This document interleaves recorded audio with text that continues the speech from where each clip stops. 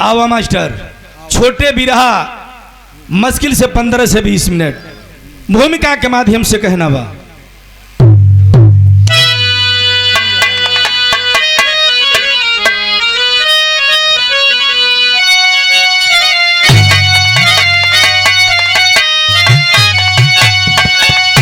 भक्ति विमल जो बसी भावना में होता हृदय में प्रभु का वसेरा, मिट जाता कारा भयंकर प्रभा को तो उदुकता प्रभा कर सुख दिले सवेरा।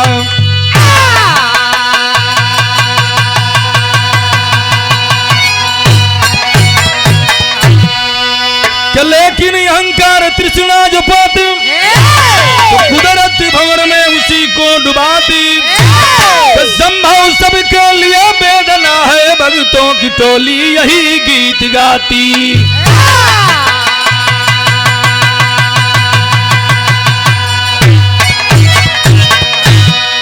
संकेत बगजल का मास्टर कि जिस जगह प्यार की कोई कीमत नहीं, अरे जिस जगह प्यार की कोई कीमत नहीं उस जगह दिल लगाना जरूरी नहीं।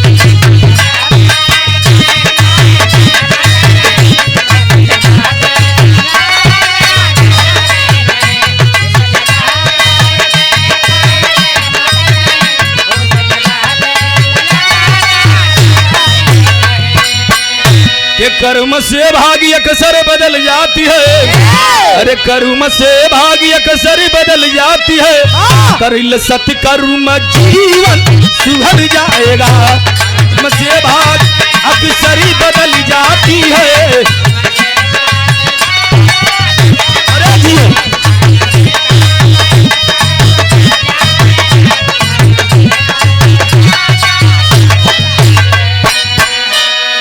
कि कर्म सत्कर्म जीवन संवर जाएगा, कि भेंट हो जाएगी पल में भगवान से, अरे भेंट हो जाएगी पल में भगवान से, मिलिए परमार्थ जीवन सुधर जाएगा। मिलिए परमार्थ जीवन सुधर जाएगा। बात उस समय की पाए गया जब कैलाश पे माता पार्वती और भोलेनाथ बैठे हैं। मेहरारू जब अकेले में अपना पति के पावेली तो अपने दिल की बात बतावेली। माता पार्वती भगवान भोलेनाथ से कहली कि आपके चिंता हो कि आपके एक ठे भक्त ता जिंदगी तपस्या करत करत चौथापन आ गई, एको दाई चिंता कैला कि वो करे जिंदगी में चल के कुछ आशीर्वाद दे दई, वरदान दे दई, चलो ताकि ओकर जिंदगी सवर जा। भगवान भोलेनाथ कहलन कौने भगत के बात करत हूँ हमके समझ में ना आवत बा। माता पार्वती कहली कि आपके समझ में आई कैसे, को दाई सोचले रही थी तब तैयारी बतौली माँ पार्वती की अगर जानल चाहत हई तो चली चली हम लेके चलत हई। माता पार्वती भगवान भोलेनाथ को लेकर के चल देती है। वहीं पहुंचली कहा, संकेत बा गीत के मास्टर।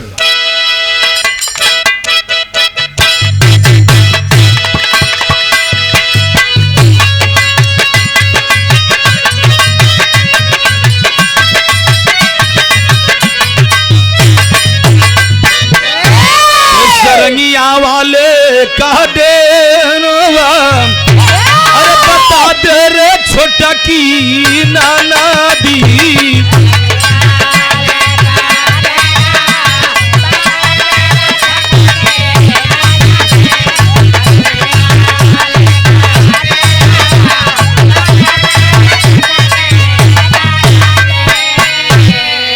चली भैले घर दानिया अरे भवनिया साथे उमा के,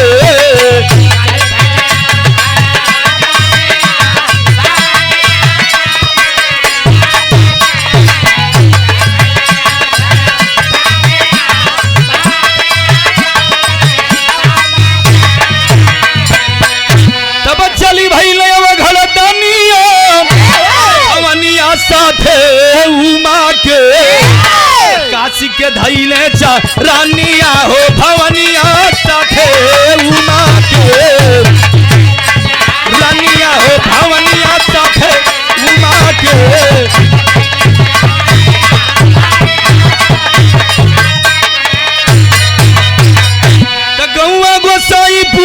बाटे काशी के वही कगरिया हो।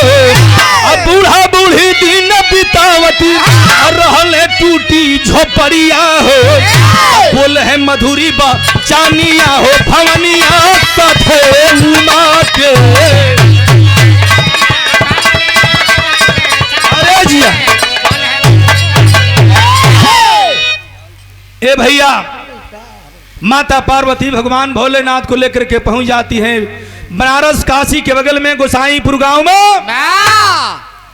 साधु सधुआइन का भेष पकड़ के जाके एक झोपड़ी के बहरे खड़ा हो गईलन।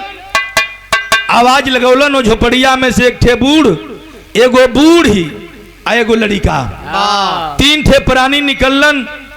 साधु सधुआइन का प्रणाम कैलन।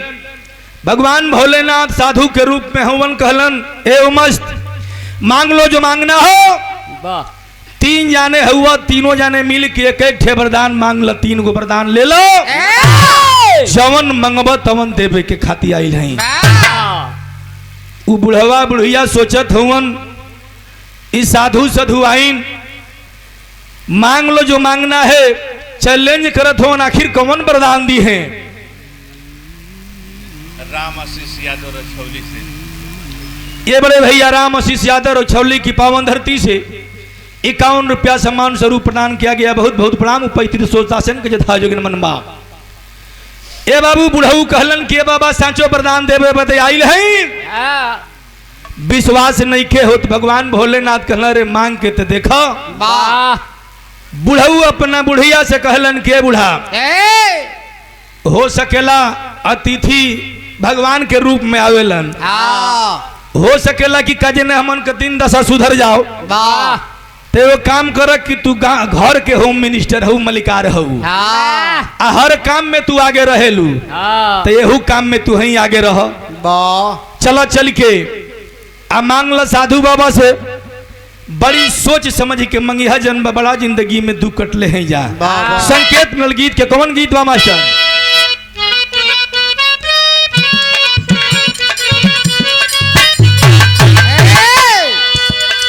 खा गईलू लंगड़ाया मदाम कहिया देबू चिरई।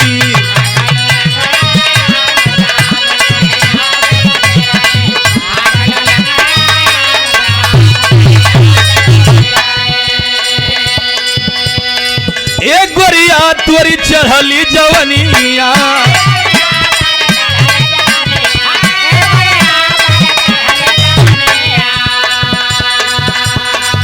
अरे लगेला जो बनवा पे घाम दाम कहिया देबू चिरई।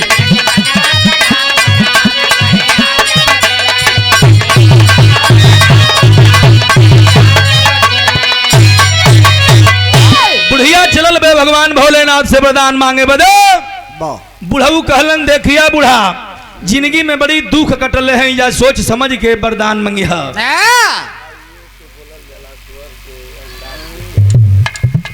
बुढ़िया गइल बे आ भगवान भोलेनाथ से कहते कि बाबा का सचहूं के वरदान देवे बदे आइल हैं। विश्वास नहीं के हो। भगवान भोलेनाथ कहलन का मांगला ये भगती न गुणावान,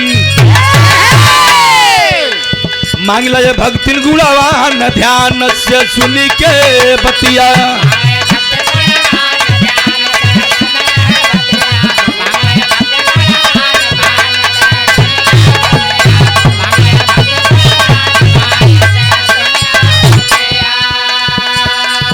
अरे मांगिला ये भगती न गुणवान ध्यान से सुनी के बतिया। तब यही बनी देवे वरदान ध्यान से सुनी के बतिया।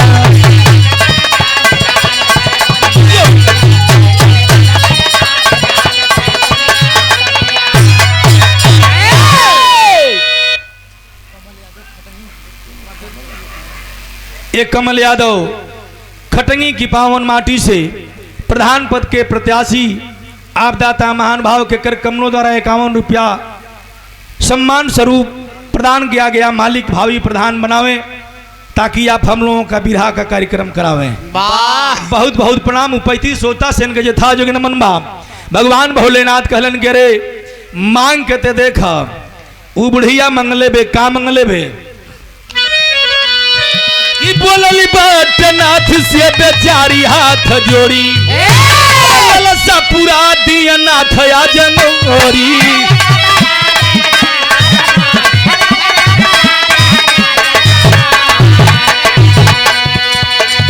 तब हमारा के कही दी जवान ध्यान से सुनी के बतिया दी जवान ध्यान से सुनी के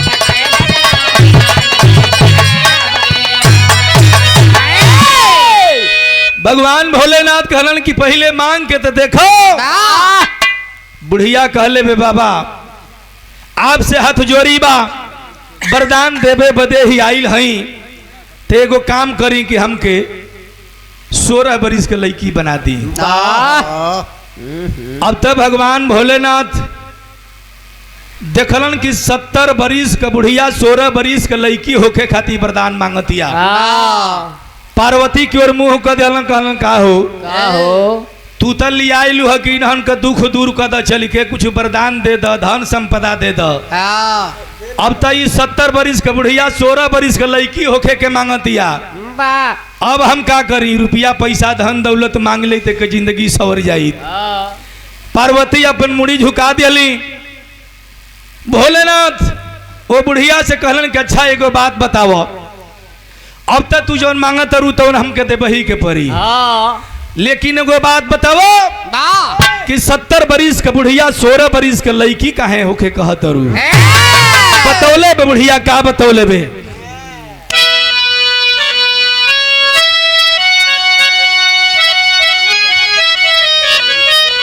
अरे वही पर हो कि कहीं कहीं लोग हम बुढ़िया बोलावे हमारा के याद उ जवनिया के आवे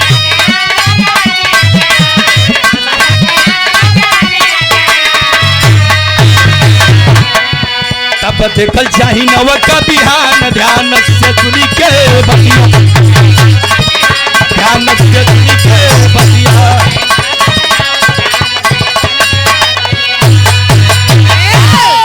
भगवान भोलेनाथ कहलन कि तू 70 बरिस के बुढ़िया 16 बरिस के लड़की होवे कहत हऊ बात हमके समझ में ना आवत बा लेकिन कारण बता द कि काहे 16 बरिस के लड़की बनल चाहत रू। बुढ़िया कहले बे का कहिए बाबा पूरा गौवा के जितना बूढ़ लड़का से आन हुवन सभे मिल के हमके बुढ़िए कहेला। इतना तक ले कि हमार बुढ़ऊ हमसे 5 बरिस जेठ हुवन वो हमके बुढ़िए कही के बुलावेलन। तब बूढ़ी बूढ़ी शब्द सुन के बाबा हमार कान बुझ बुझा गइल बा। हम नहीं चाहत कि केहू हमरा के बूढ़ी कहे यही से हाथ जोड़ी बा मालिक के हमके 16 बरिस के लड़की बना दी। भगवान भोलेनाथ कहलन ए मस्त जाओ ऐसा ही होगा ये मस्त कहले के देरी रहल जवन 70 बरिस के बुढ़िया रहल हच दे 16 बरिस के लड़की बन के खड़ा हो गई। अरे वाह बुढ़ऊ कहलन जब न बनल अबे बनल हम 75 बरिस का बूढ़ आई 16 बरिस का लड़की अब तक काम गड़बड़ा न गई। अब ही सोचत हुवन तब ऐसा ही रास्ता जात बा रास्ता पकड़ के काशी के राजकुमार जात हुवन घोड़ा पर बैठल हुवन धीरे से हाथ मरले बे बुलौले बे अब बुला के राजकुमार की घोड़ा पर बैठ के जाए लगल। सोचती बा कि जब हम 16 बरिस के लड़की हो गई ताही झोपड़ी में रहले के का जरूरत बा आई 75 बरिस के बूढ़ से कैसे काम चली। चल राजकुमार के साथे राजमहल का मजा लिहल जाए। उ जाए लगल एहर भगवान भोलेनाथ बुढ़ऊ से कहलन कि बुढ़ऊ तो हऊ के कुछ चाही तो मांग लो। बुढ़ऊ कहलन जे का मांगिए बाबा हऊ देखत हई हमारा अखिए की समनवा हमारा मेहरारू के हऊ राजकुमार लेके जात बड़न। भगवान भोलेनाथ कहलन कि उता हम देखते बानी तू हक के चाही का संकेत बा कौन गीत के मास्टर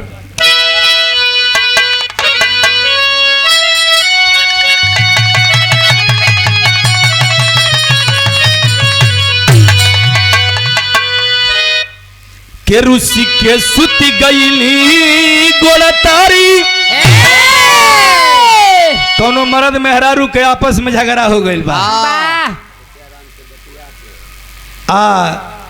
मर्दा कोहनाइल बा मेहर मौगी पुल्हावतिया उहे कहतिया का के रुसी के सुत गईली ही गोला तारी आ गईली मनावत देवलन गारी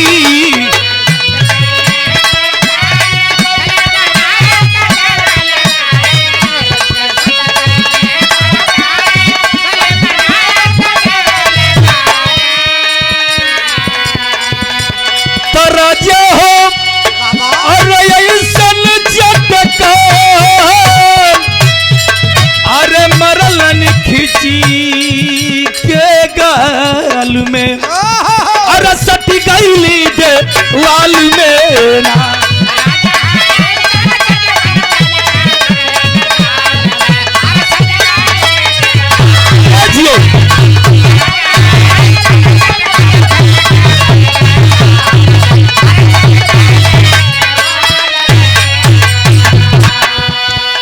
भगवान भोलेनाथ बुढ़ऊ से कहलन का कि कहलन शिव शंकर मुसुकाई कहलन शिव शंकर मुसुकाई तू मांग ला कुछ भाई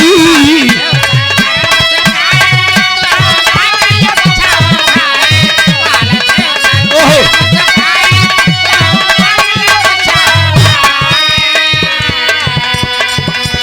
ततहिया अरे मंगल बाटे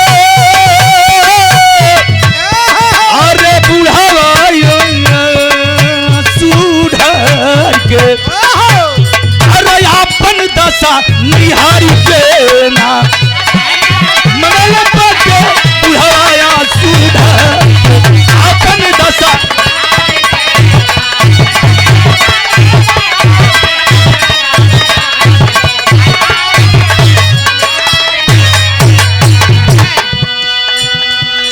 कहले बा उ बुढ़वा भगवान भोलेनाथ से किए प्रभु हमारा अखिए के सोझवा है राजकुमार लेके जात बा भगवान कहलन कि हम देखत हई लेकिन तुहके चाही का कहलस बुढ़वा का सुंदर जनाना हमारी हो गईली नी पता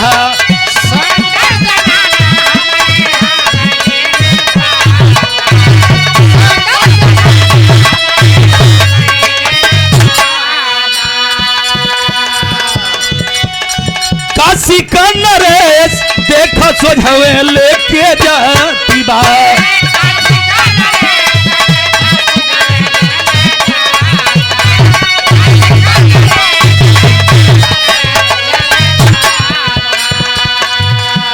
तो ये बाबा अरे सुअर बना दी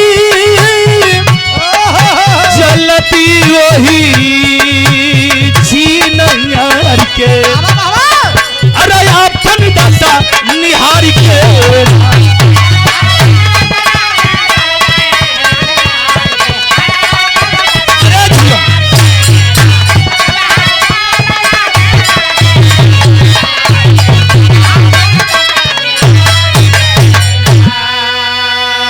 बुढ़ऊ भगवान भोलेनाथ से कहलन कि भगवान बुढ़िया से बड़ा प्रेम करत रही है इतना प्रेम करत रही है कितना हम बताई आज जब हमके ये बुढ़ौती में छोड़ के जाती बा तो एगो काम करी उ जहाँ ले गईल बा ओजे ओकरा के सुअर बना दी हमरा अब ओकरा से कोनो काम नहीं खे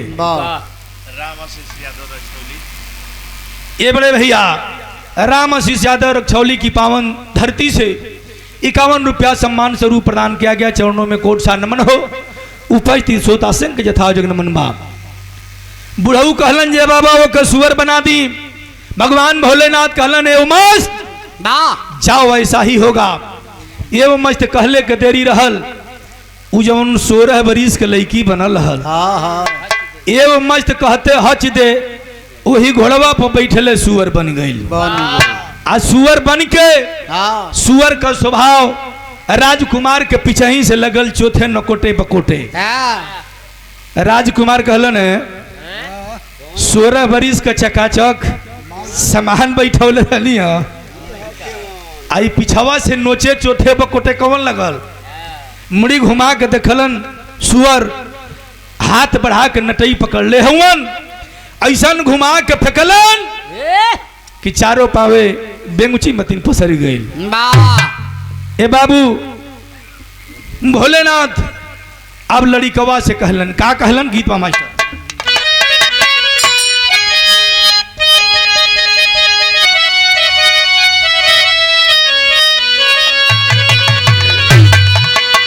बड़ा बढ़िया प्रधान जी गीत बतौलन कि कौनो धोती पहिन ले रहल, गमछा कान्ही पर ले रहल, आ बबरी झरले रहल, ओकर मेहरारू ओकर बड़ी सुघर प्रशंसा करत रहल। एगो हमहू गीत गाइला प्रधान जी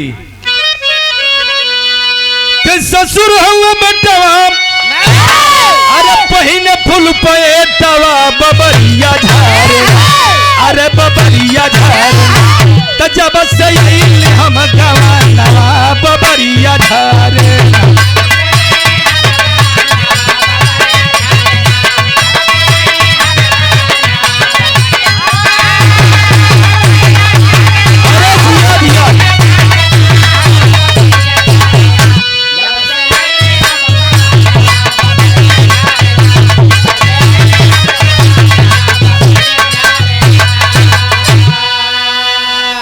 हमरे बलिया के आन मान शान केहू गवैया ऐसन ना रहल जे के बलिया से बिना छुअवले छोड़ले हो। हमरे बाला उस्ताद जवन आज भी जिंदा हुवन। एगो गीत गावे, कवन गीत, के छिटिया के झुलवा, अरे पहिनल रुहलवा बड़ा पुलवा परी, अरे बड़ा पुलवा परी त माथे उखिया के झुलवा बड़ा पुलवा परी।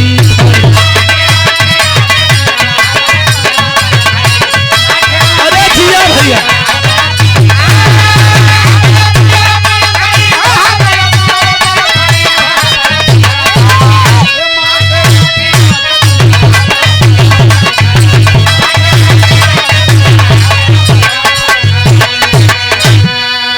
भगवान भोलेनाथ लड़िकवा से कहलन कि देख बाबू, तोर बाबुओ मांग लेहलन, तोर माइयो मांग लेहलस, अब तोके का चाही मांग, मंगबे त मांग न त हमन का चलल जाई।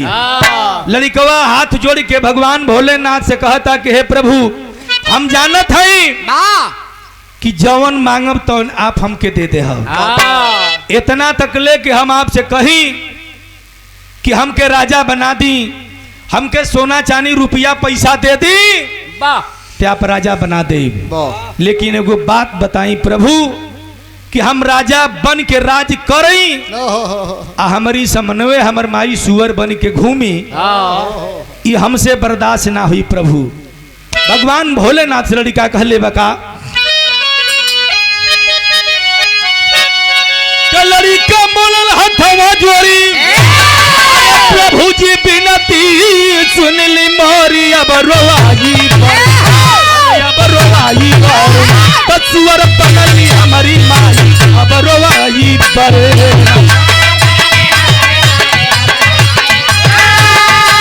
जिया भाई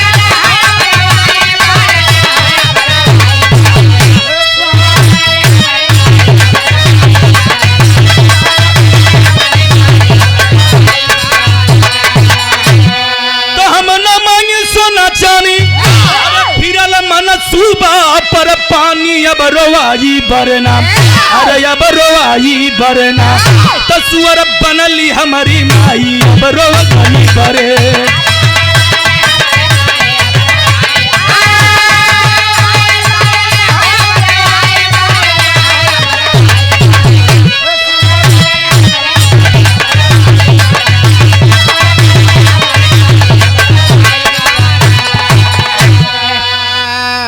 ए भैया लड़िकवा भगवान भोलेनाथ से यह कहलस कि हम राजा बन के राज करब प्रभु, हमारे अखिया के समनवा माई सुअर बन के घूमी बिलखी, हमसे बर्दाश्त ना होई। भगवान भोलेनाथ कहलन कि तो तुहके चाही का, जमन चाही उहे मांग। लड़िका कहले बा कि हे प्रभु, आपसे विनती बा कि हमार माई जवन रहल है उहे बना दी, हमके दूसर कुछ ना चाहिए।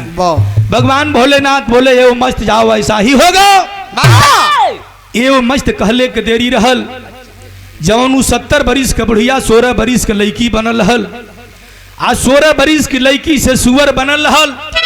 ये मस्त कहले के देरी रहल, 70 बरिस के बुढ़िया बन के खड़ा हो गई, लगल माऊ माऊ करे। ये हमारे गुरु परम आदरणीय आप श्रद्धेय राम सोच गुरु जी लखमनपुर की पावन माटी से आपकी लिखी हुई हम गीत गाया करते हैं, बिरहा गाया करते हैं।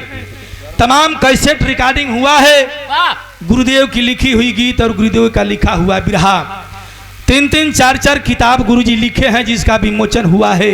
अभी एक और किताब लिखे हैं जो गद्य है, उसका विमोचन मई जून के महीने में होगा। बड़ा आनंद आता है गुरुजी की किताब लिखने का। ये पहले कवि हैं हमारे गुरुजी जो बिरहा जगत में पुस्तक लिखने का काम कर रहे हैं, जिससे समाज को एक नई दिशा और दशा दिलाने का काम कर रहा है। तो कहना वाह।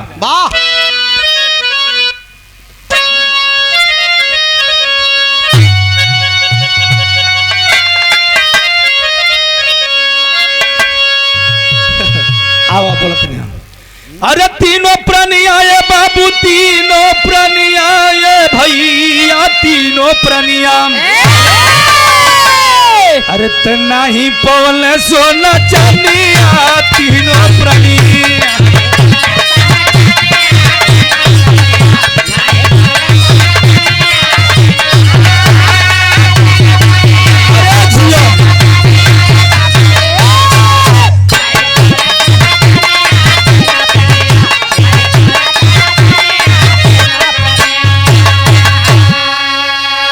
सके भगवान नहीं खुद किया के नसीब, आ बूढ़ा बूढ़ी तीनों प्राणी रही गई ले गरीब, तब वृद्धा हो गई जीवनिया, तीनों प्राणी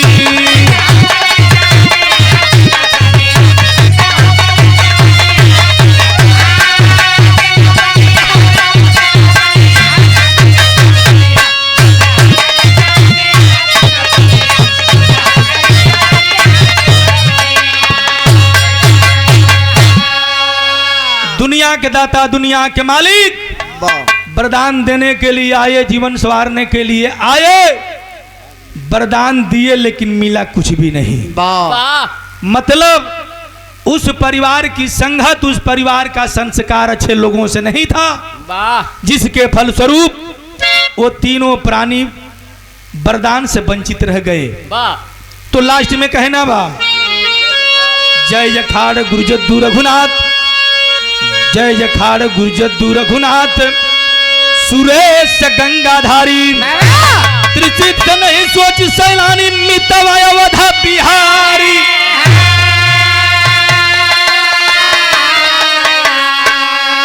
अरे गरीबवा कहरिला दुखवा, तो संतोष राम सोच के लीला बा